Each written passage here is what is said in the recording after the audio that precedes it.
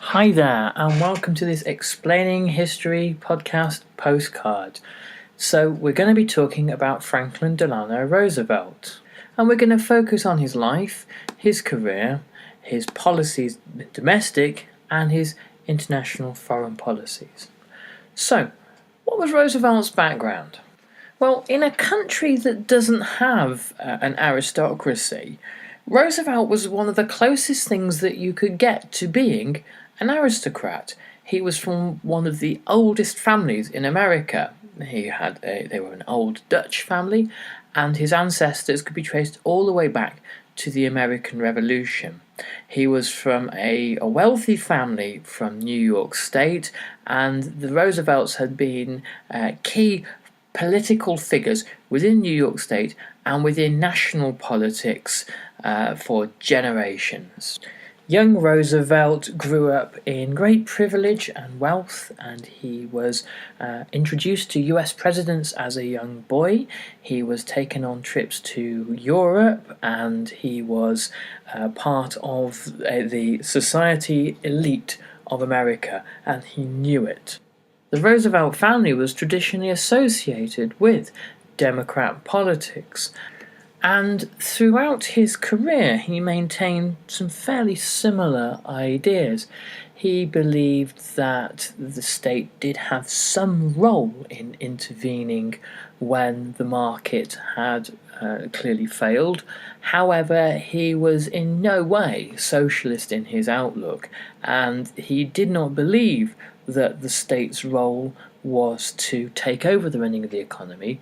It was merely to create the conditions whereby a capitalist economy could operate effectively. When Roosevelt won the presidential election in 1932, and following his inauguration in 1933, he instituted a series of reforms called the New Deal. Roosevelt surrounded himself with very intelligent, very educated, and very knowledgeable guys called the Brains Trust, and he listened to what they had to say. He was happy to select policies that he thought would help and reject others that he thought would not. He was, unlike Herbert Hoover, his predecessor, he was not fixed on one particular ideology. He was merely interested in what would succeed in returning America to prosperity.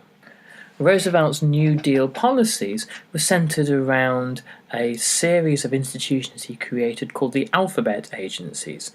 One example of these might be the Tennessee Valley Authority, that built hydroelectric dams in the Tennessee Valley and provided 14 states surrounding Tennessee with electric power, and provided tens of thousands of jobs and much needed prosperity for one of the most depressed areas in the United States of America. Roosevelt's policies during the New Deal could be divided into three separate chunks. There are policies that were designed to relieve the worst effects of the Great Depression.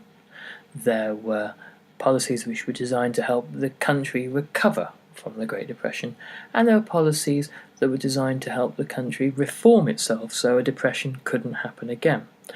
One of the most important recovery policies was the Emergency Banking Act, which reformed America's banks, closed down many of her weaker institutions, and ensured that confidence returned to the banking system so that people invested their money in banks once more instead of withdrawing it all. Now, by the end of the 1930s, it could be argued that the New Deal hadn't been completely successful. There were still many millions of unemployed, up to 9 million unemployed by 1939, and that meant that really America was still in depression. By 1941, America was starting to come out of depression because of huge new orders by the government for arms and munitions, and a new war industry developing because of the Second World War. But it could also be argued that Franklin Roosevelt did an excellent job in saving America, not by ending unemployment, which of course didn't happen until the war, but by making sure that America didn't go from depression into complete economic collapse. Many of his policies actually prevented the complete decline of the American economy from happening.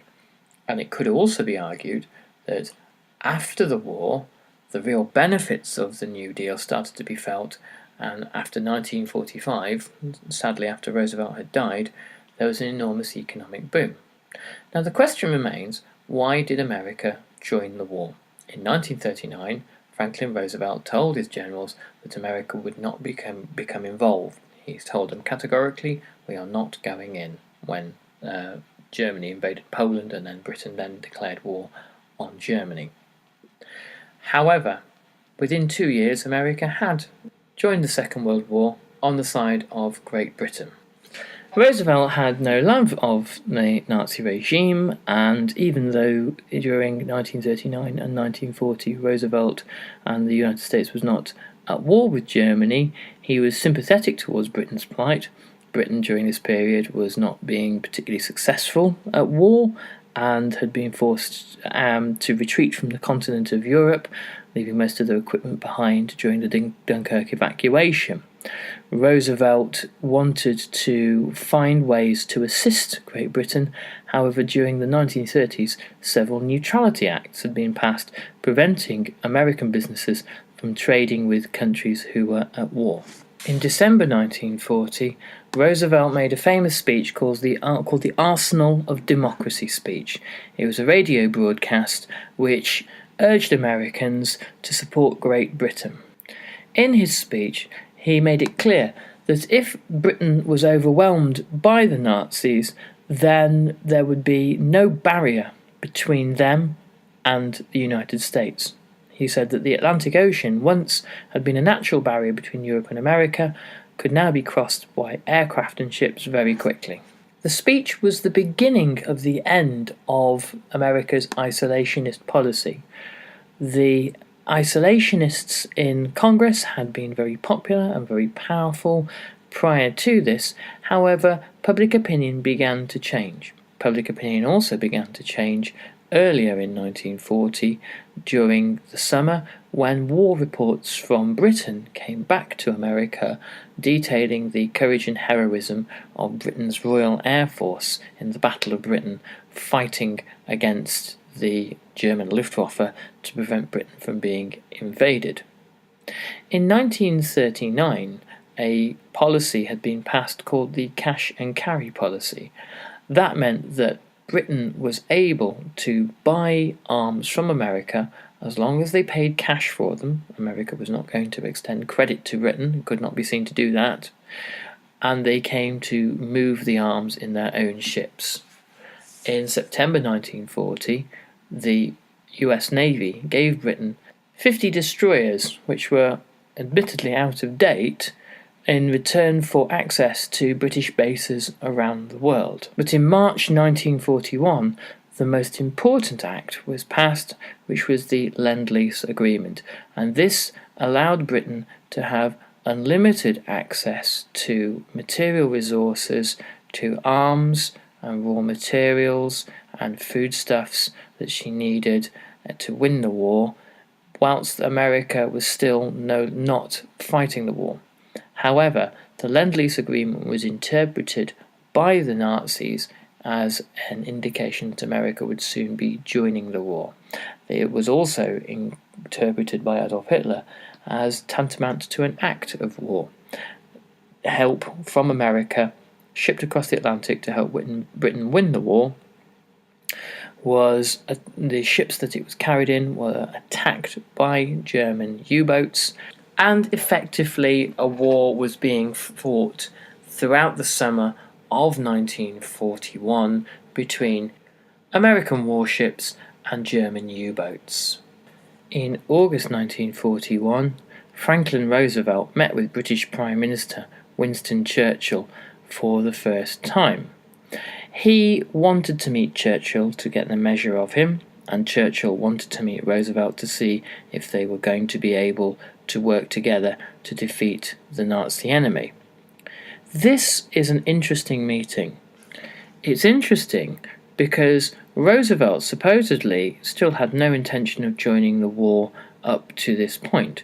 But the meeting between the two men clearly indicated that Roosevelt saw it as an inevitability, and an inevitability that would happen soon.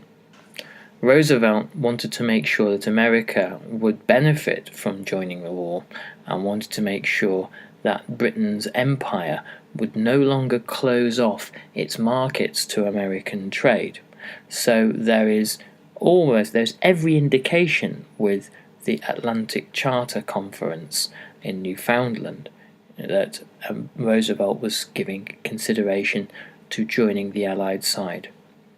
Roosevelt was helped immensely in December 1941 by the attack by Japan on the American Pacific Fleet at Pearl Harbor. The day after Pearl Harbor, Adolf Hitler declared war on America, deciding that the time had come for a global conflict. America was at war whether she liked it or not, and Roosevelt was able to finally see a war policy introduced. And in the following 3.5 years, Britain, the United States, and then the Soviet Union would cooperate together to destroy the Axis powers of Germany, Italy, and Japan.